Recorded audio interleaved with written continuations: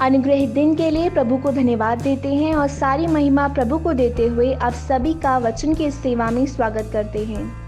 आज हम वचन के जिस भाग से मनन कर रहे हैं वो है व्यवस्था विवरण 31वें अध्याय के 8वें वाक्य से, जो इस प्रकार है। और तेरे आगे आगे चलने वाला यहोवा है, वो तेरे संग रहेगा और ना तुझे धोखा देगा और ना छोड़ देगा, इसलिए मत डर और तेरा मन कच्चा ना हो। इस अनुग्रहित वचन से आज हम ना छोड़ने वाला परमेश्वर के विषय में मनन करेंगे।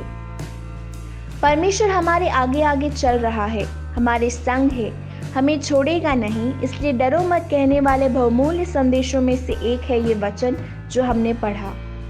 परमेश्वर ना तो हमें कभी भूलेगा और ना कभी छोड़ेगा। यदि हम चाहते हैं कि परमेश्वर हमें कभी ना छोड़े, तो हम भी परमेश्वर को कभी ना छोड़ने पाएं।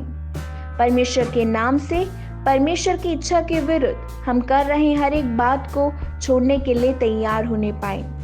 परमेश्वर को छोड़ और परमेश्वर ने जिन बातों को छोड़ने को बोला है उन्हें छोड़े बिना हम रहेंगे तो वैसे ही परमेश्वर भी हमें छोड़ देगा।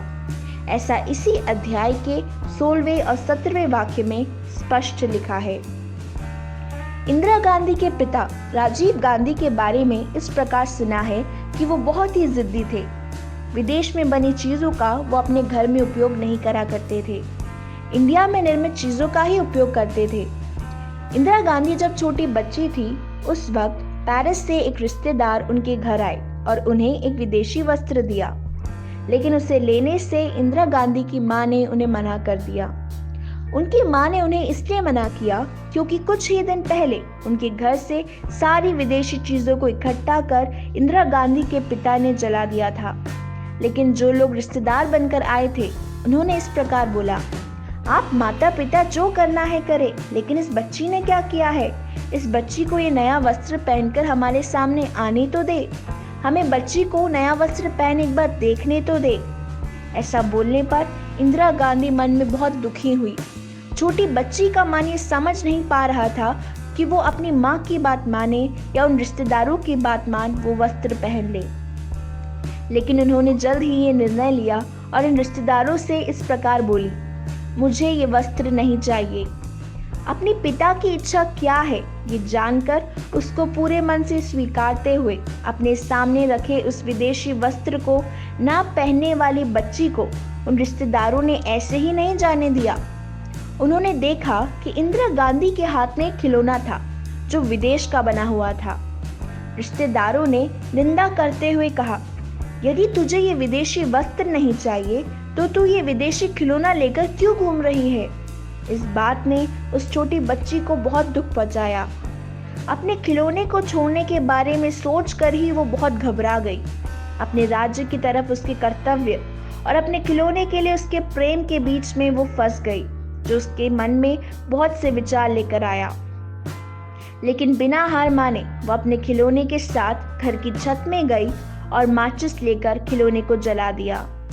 बहुत ही दर्द के साथ जब उस छोटी सी बच्ची ने अपने खिलौने को जला दिया, उस वक्त भी उसके मन में एक आनंद था कि उसने अपने राज्य के लिए अपना कर्तव्य पूरा किया। जलते हुए खिलौने को देख वो अपनी छत से नीचे जब उतर रही थी, उसका मन आनंद से भर गया और उसने अपने मन में इस प्रकार कहा कि मुझे विदेशी खिलौने भी नहीं चाहिए, ना ही मुझे विदेशी वस्त्र चाहिए। चाहे वो मेरे लिए कितने ही प्यारे हों, मेरे लिए सबसे प्यारा मेरा राज्य है।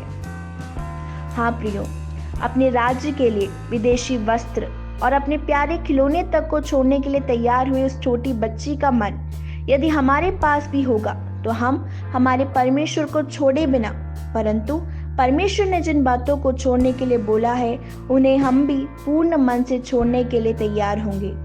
चाहे वो हमारे लिए कितने ही बहुमूल्य हो, हम उसके लिए तैयार होंगे, क्योंकि हमारे लिए सबसे बड़ा हमारा परमेश्वर है, जिसने हमसे ये कहा है कि वो हमें कभी नहीं छोड़ेगा। इन वचनों के द्वारा हम अपने आप को समर्पित करें। चाहे कोई भी हमें भूल जाए या छोड़ दे, तो भी परमेश्वर हमें कभी नहीं छोड़ेगा। इन वचनों के द्वारा परमेश्वर आपको बहुतायत से आशीष दे। प्रभु की स्तुति हो। जय मसीह की।